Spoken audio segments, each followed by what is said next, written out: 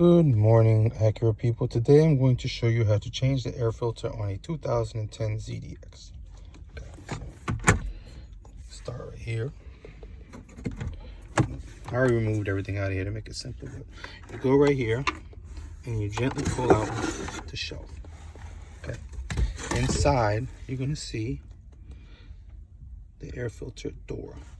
Now you have to grab one end, both of them at the same time. I only got one hand, so I'm gonna try to make this work.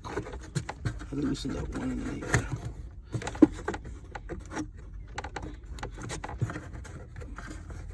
Just gotta grab it and pull it in. Let's see if I can hold it right there. Boom. You pull them both in and then you slide it out. This one's pretty dirty. Show you.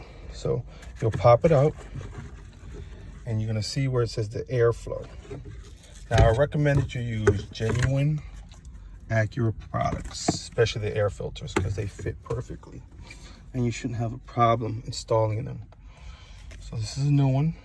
See, I got the airflow down. You want to put that on top. It's right up in here. So I'm gonna set it right in.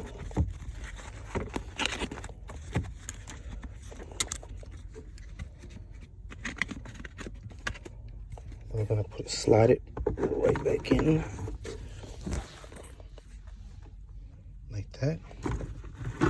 Boom. Take the door. They have like little shelves right here. I don't know if you can see them. 1, 2. I'm gonna set them right on top. Push it back into place. Boom. And that's how you change the air filter on the 2010 ZDX.